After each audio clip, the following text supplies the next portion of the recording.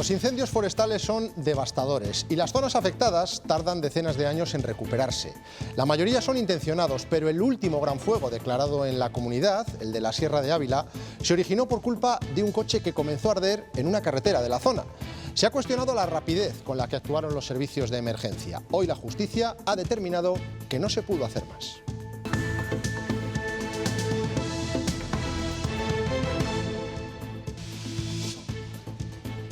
Más de 22.000 hectáreas quemadas en uno de los peores incendios que se recuerdan en Castilla y León. Sucedió a mediados de agosto en Navalacruz, Ávila, y hoy el juzgado ha decidido archivar el caso.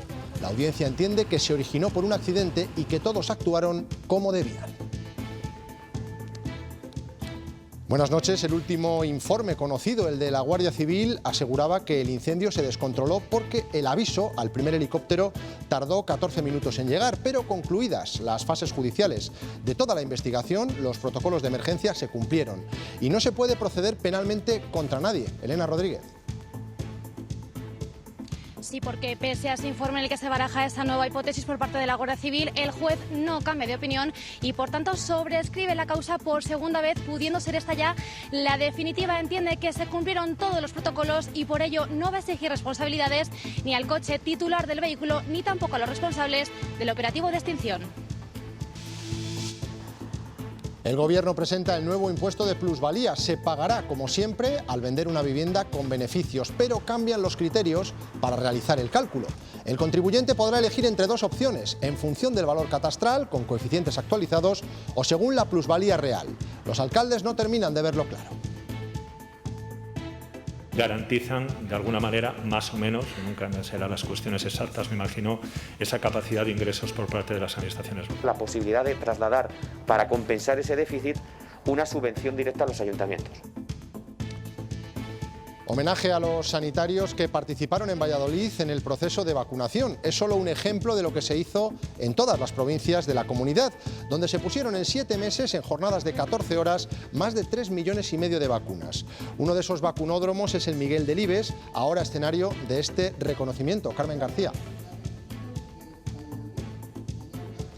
Sí, Antonio, en estos momentos están recibiendo esas láminas conmemorativas tanto sanitarios como voluntarios de Cruz Roja y Protección Civil que trabajaron sin parar durante más de 6 meses en este centro cultural de Miguel Delibes, uno de los tantos vacunódromos que se puso en marcha en Castilla y León para conseguir que más del 85% de la población ya esté vacunada con la pauta completa.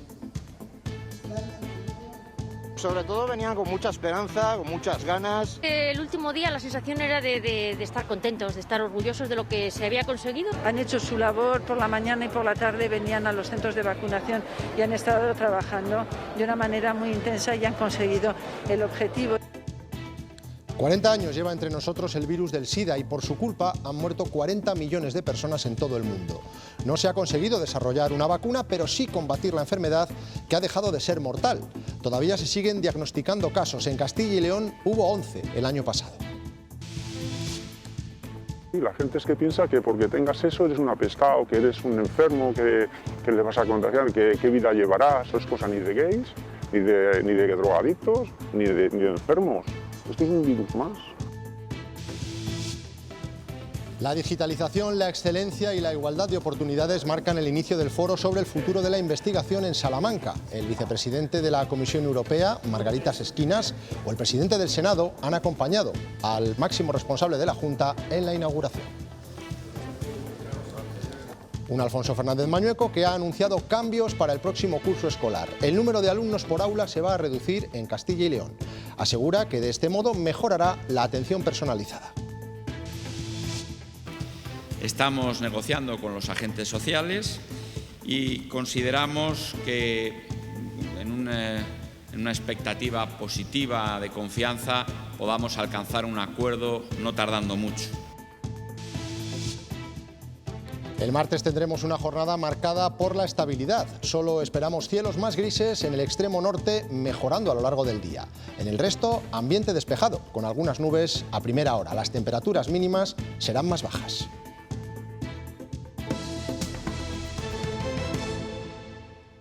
Hace casi 2 semanas que el Tribunal Constitucional hizo temblar las economías de los ayuntamientos al declarar ilegal el impuesto de plusvalías. El gobierno de Sánchez poco ha tardado en darle la vuelta a la situación. Hoy en el Consejo de Ministros ha dado un paso que con matices revierte la coyuntura y que presenta un alto riesgo de reclamaciones. Germán Gabela.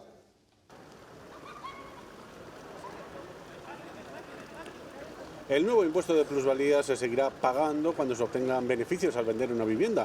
Lo que cambia son los criterios para realizar el cálculo. Hay 2 posibilidades: hacerlo en función del valor catastral actual o bien teniendo en cuenta la diferencia entre el precio al que se compró y al que después se vendió el inmueble. El Gobierno ha aprobado una reforma del impuesto de plusvalía después de que la justicia tumbara el anterior, un tributo que ya estaba bajo la lupa del Constitucional desde hace años. El Tribunal Constitucional ha emitido 3 sentencias en contra de este impuesto. La primera fue en el año 2017. De esta forma, el contribuyente podrá elegir entre 2 opciones de pago: tributar en función del valor catastral con coeficientes actualizados o bien ajustarse a una plusvalía real, es decir, la diferencia entre el precio de compra y el de venta. Dependerá mucho de la fiscalidad autonómica, porque hay algunas comunidades autónomas que tienen bonificado el impuesto de sucesiones y donaciones, otras no lo tienen. Pese a declararlo inconstitucional, la justicia no permite que las reclamaciones por las plusvalías anteriores tengan carácter retroactivo.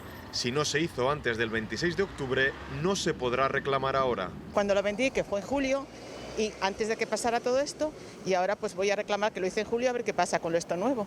Al pueblo a pagar, sea como sea, a pagar. Con esta reforma no se pagará este gravamen si no se ha producido un incremento en el valor de la casa. Siempre nos pareció que es absurdo que se aplicase sin tener en cuenta el incremento o la disminución de ese valor. Previsiblemente se publicará mañana en el BOE y se aplicará a partir del miércoles.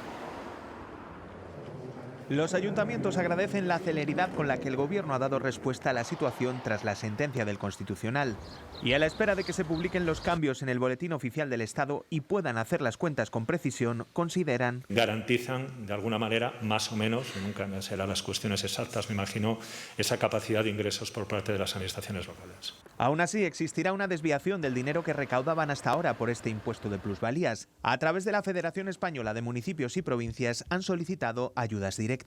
Una subvención directa a los ayuntamientos, y para que los ayuntamientos no tuvieran que recurrir a sus propios recursos para compensar las diferencias en la previsión de ingresos que iban a tener el año que viene. Esperamos que haya una solución rápida y eficiente, ¿no? Y eficaz para paliar las consecuencias de esa sentencia. No puede haber una merma de los ingresos, ¿no?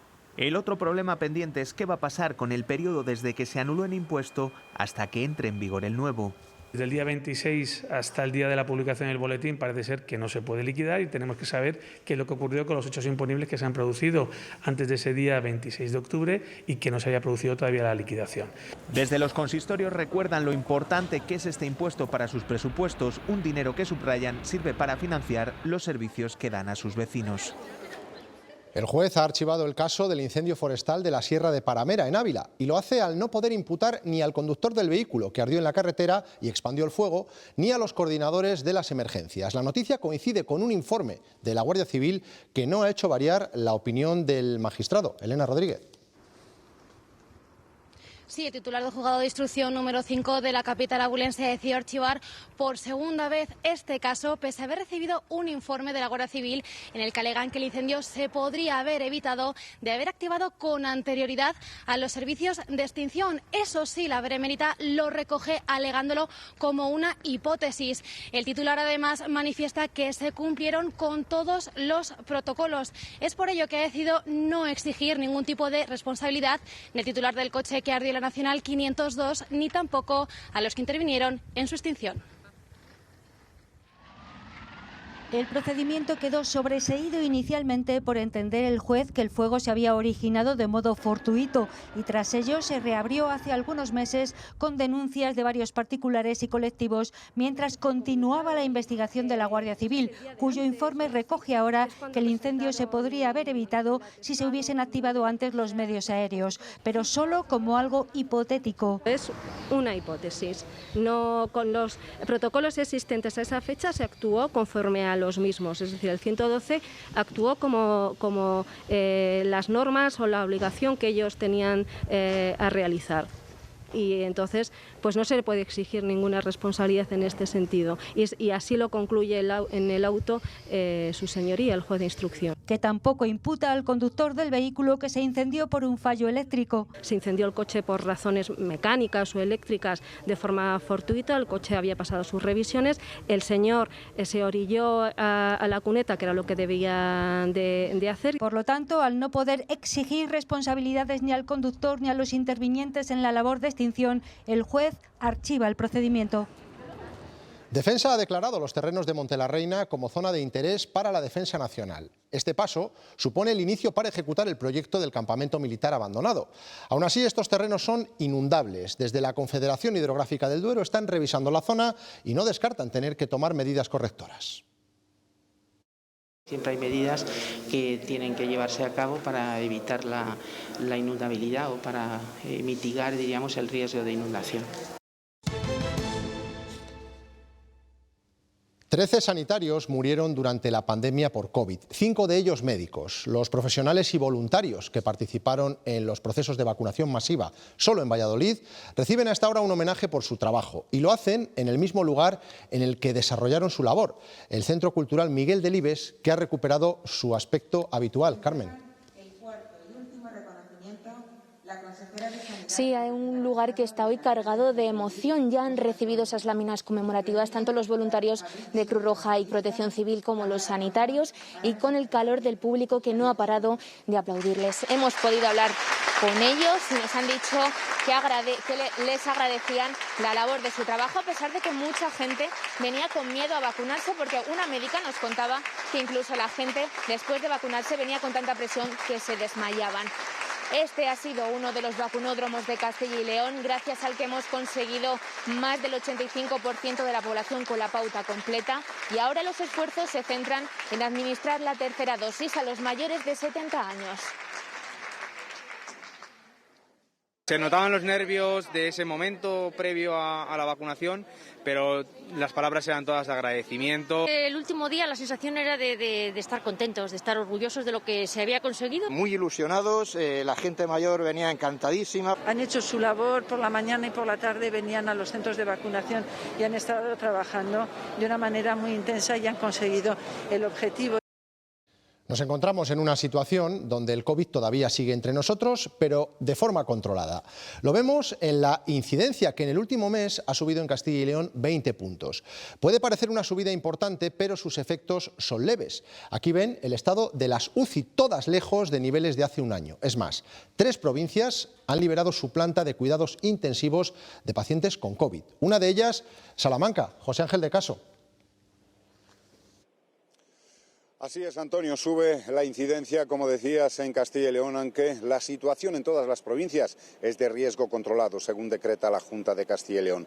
La ocupación de los centros hospitalarios es muy baja, tanto en planta como en las UCIs. 3 de ellas, como decías, no tienen registrado ningún paciente en las UCIs. No obstante, las autoridades hacen un llamamiento, siguen llamando a la responsabilidad de los ciudadanos, porque aunque los números son buenos, sigue habiendo fallecidos, 4 este fin de semana en toda Castilla y León, uno de ellos en Salamanca. Si me preguntas qué me ha parecido, ¿quiere que le diga? Pues muy mal organizado. Pues debían de informarnos de otra manera. Si no vas al médico y no bajas por la puerta del ayuntamiento o de la consulta del médico, no te enteras. La Consejería de Sanidad ha dado hoy el pistoletazo de salida oficial a la vacunación de la gripe, aunque técnicamente comenzó el pasado día 26. Los procedimientos, como acaban de ver y escuchar, son distintos en cada área de salud y sobre el terreno hemos encontrado confusión en los usuarios. Esta es la imagen que vemos hoy en los centros de salud de Castilla y León. Ya ha empezado la vacunación contra la gripe, aunque el llamamiento no ha terminado de convencer. Si me preguntas qué me ha parecido, ¿quiere que le diga? Pues muy mal organizado. Debían de informarnos de otra manera. El método más recurrente es la autocita. Así se convoca en Salamanca y Soria Capital, Valladolid, Burgos, León y en El Bierzo. En estas provincias que ven, la fórmula es distinta. También se puede pedir cita por teléfono. Que la pida por teléfono, me ha dicho. Me dijo que me lo daría ella por teléfono. En las zonas rurales de Soria y en la provincia de Zamora son los centros de salud los que llaman a los pacientes. En Valladolid se contacta con los mayores de 80. Al tener tantos años, pues a lo mejor nos llamaron. También se mantienen las vías tradicionales como los bandos informativos en edificios oficiales. Si no vas al médico y no bajas por la puerta del ayuntamiento o de la consulta del médico, no te enteras. Y como ya vimos en Palencia, en Ávila se ha empezado a vacunar desde el coche. Lo que no ha gustado ha sido el trayecto hasta el punto de vacunación. En algunos casos se han desplazado desde zonas rurales. Vuelven los viajes internacionales a Estados Unidos y así lo han celebrado en Londres.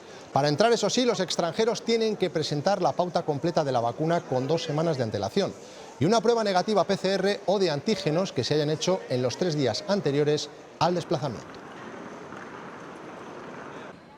El Consejo de Ministros ha aprobado reducir los copagos en sanidad, une los servicios en una sola cartera y cierra la puerta a que haya nuevos cargos. Además, los que estaban exentos del farmacéutico también lo estarán del ortoprotésico. Han dado luz verde a la norma sin consenso total en el Gobierno porque Podemos ya ha anunciado que presentará enmiendas. Consideran que se sigue permitiendo la privatización de la sanidad.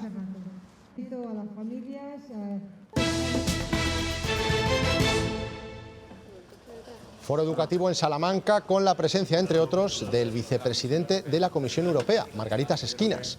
La digitalización, la excelencia y la apuesta por la juventud son los objetivos del llamado programa ALMA.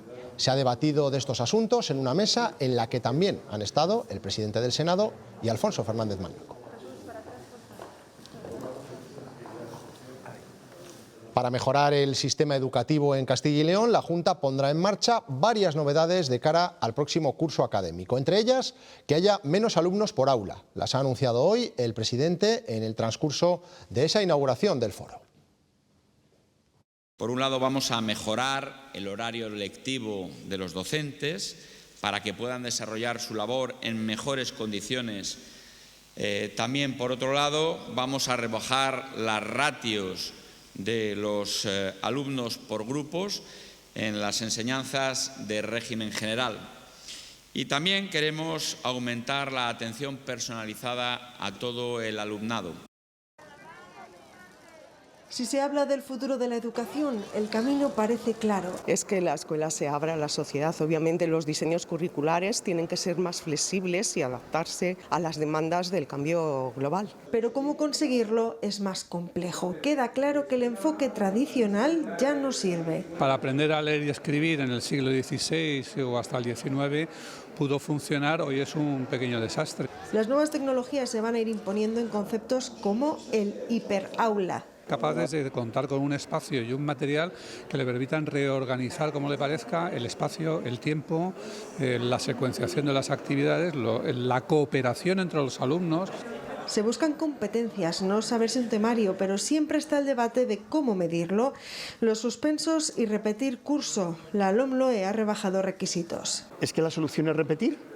O sea, un alumno que tiene 11 materias, suspende 3 y aprueba 8, ¿y en las 8 tiene que volver a hacer lo mismo que hizo el año pasado? El futuro de la educación a debate, tanto como hablar del futuro del país.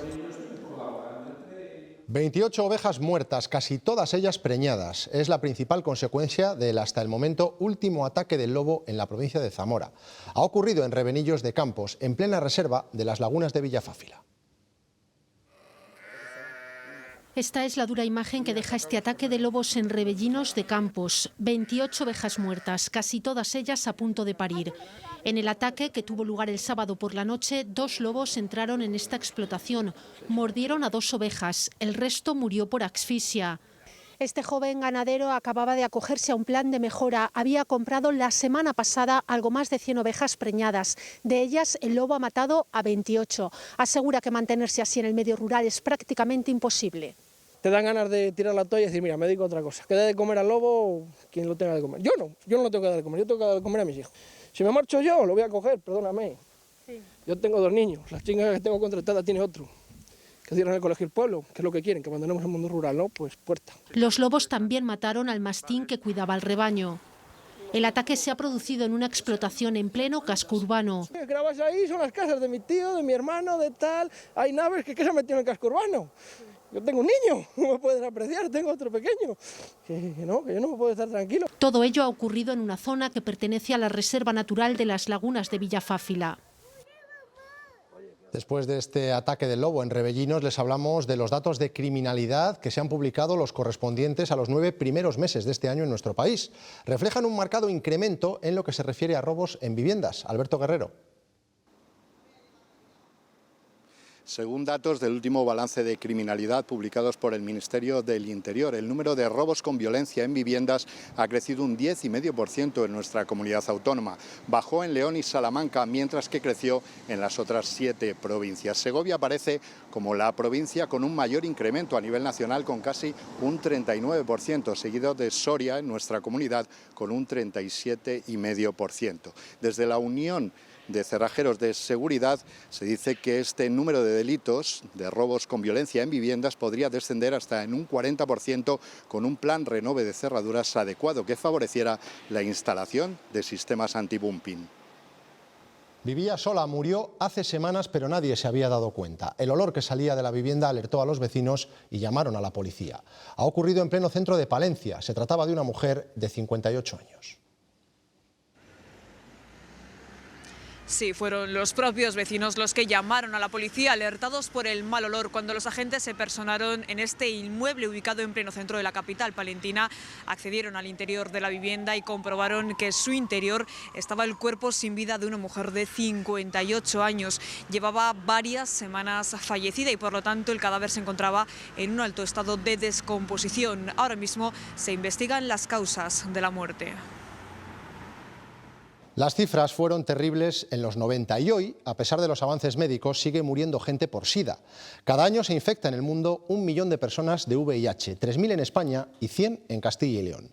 Este virus, en su etapa final, acaba desencadenando en el síndrome de inmunodeficiencia adquirida. No todas las personas con VIH lo desarrollan. Hay medicamentos que permiten controlarlo, que han convertido en crónica una patología mortal. Los enfermos, en muchos casos, consideran que les siguen estigmatizando.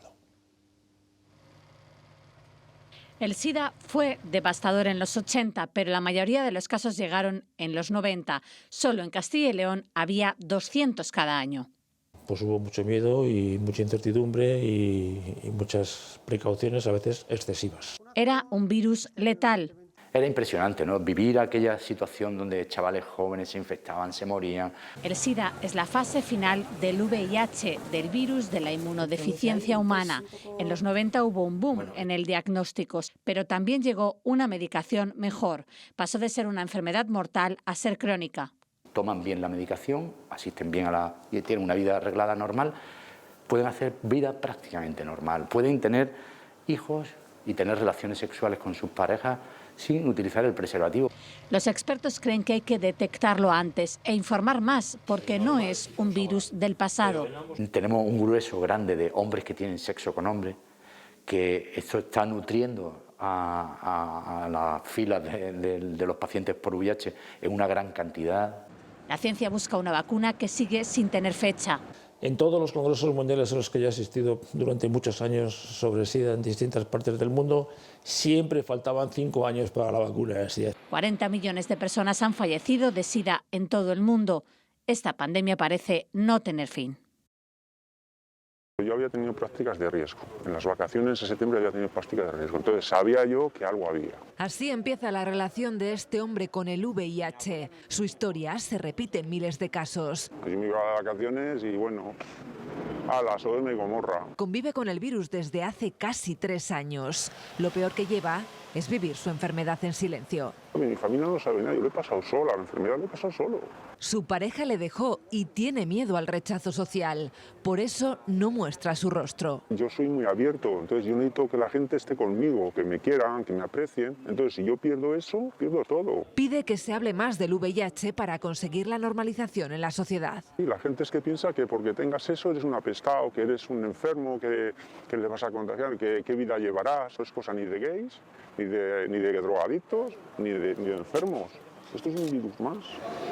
Hay mucha discriminación, sobre todo en el ámbito laboral y en el ámbito de las relaciones sociales o de pareja respecto a las personas que tienen VIH y, por tanto, hay que trabajar todavía mucho en este estigma. En esta ONG insisten en la importancia de la prevención. Hacen pruebas rápidas de forma gratuita. Es un simple pinchazo. Gracias al diagnóstico temprano y al tratamiento se evita el avance de la enfermedad.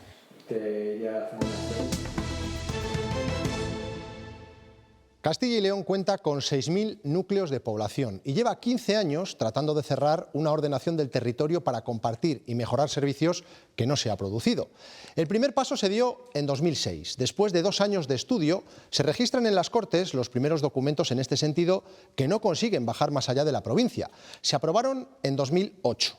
5 años después, ya con José Antonio de Santiago Juárez como consejero de la Presidencia, se da un paso más y se fijan 193 áreas de ordenación, 177 rurales y 16 urbanas. En ese momento se aprueba la primera ley. Sin embargo, el asunto se atasca en los llamados mapas rurales, a los que ponen reticencias incluso dentro del propio Partido Popular. En 2019, un nuevo gobierno y un nuevo partido toma esas riendas y decide empezar de cero. 2 años después, las diputaciones vuelven a decir que no. Los partidos que forman el gobierno de coalición han registrado 4 enmiendas parciales a la Ley de Ordenación del Territorio de la propia Junta. Estas enmiendas de PP y Ciudadanos quieren calmar el malestar de los presidentes de Diputación. Lo que quieren es derivar esa responsabilidad a las diputaciones provinciales y no estamos de acuerdo. El presidente de la Diputación no va a dibujar ese mapa que quiera o pretenda quitar servicios, en este caso a los municipios de la provincia de Valladolid. Y ese es el cambio propuesto, que la elaboración de los mapas que organicen la prestación de servicios no sean responsabilidad de las diputaciones, sino de la Consejería de Transparencia. Las instituciones provinciales podrán elegir elaborar un informe sobre cómo quieren que sea la ordenación de su provincia o un estudio que proponga un mapa concreto.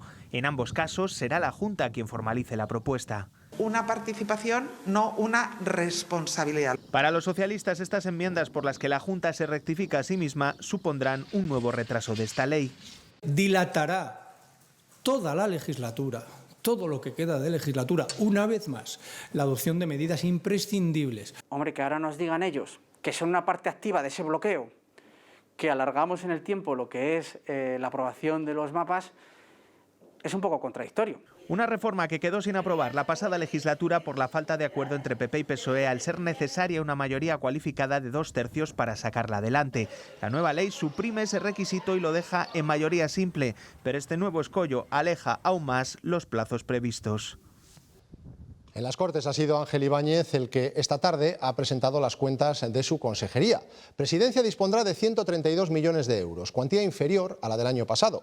La oposición lo ha criticado, pero Ibáñez destaca que el 70% va destinado a las entidades locales y hacía este anuncio en el cambio de la gestión. En este próximo año 2022 vamos a perfeccionar la gestión de la financiación local. Queremos que las entidades locales tengan a su disposición a principios de año la mayor parte de los fondos que perciben de la comunidad, con la intención de que puedan ir ejecutando sus proyectos desde el inicio del ejercicio. Entendiendo el presente, mirando al futuro, cerca de la empresa, del autónomo, cerca de ti. Cajas Rurales de Castilla y León, el alma de nuestra tierra. Aprovechando que se celebra en Bruselas el Eurogrupo, la vicepresidenta de Asuntos Económicos se ha reunido con varios comisarios para destacar la llegada de fondos europeos. Nadia Calviño asegura que ya se cumplen los requisitos para recibir el segundo gran desembolso de 10.000 millones de euros antes de que acabe el año. También espera que se autorice en las próximas semanas el proyecto estratégico para el vehículo eléctrico, que tiene prevista una inversión de 24.000 millones hasta 2023. 43.000 paquetes de toda España llegan cada día a esta nave de Valladolid, la nueva estación logística de Amazon en Castilla y León, de la que hoy hemos visto su engranaje. Los responsables de la multinacional de distribución creen que en las próximas semanas sufrirán los problemas que implica la falta de suministros, combinado con el aumento de las compras típicos del Black Friday y los regalos navideños. El consejero de Agricultura y Ganadería pide al Ministerio que, ante el incremento de costes que sufre el sector y la escasez de materia prima, presione a Bruselas para que Europa elabore una política conjunta y se defienda mejor y con más fuerza a los agricultores y a los ganaderos. Es una situación desconocida, una situación inaudita en la cual nuestros agricultores y ganaderos se ven perplejos. Europa tiene inmediatamente que materializar una acción coordinada. No vale con que hagamos una acción coordinada a nivel de Estado.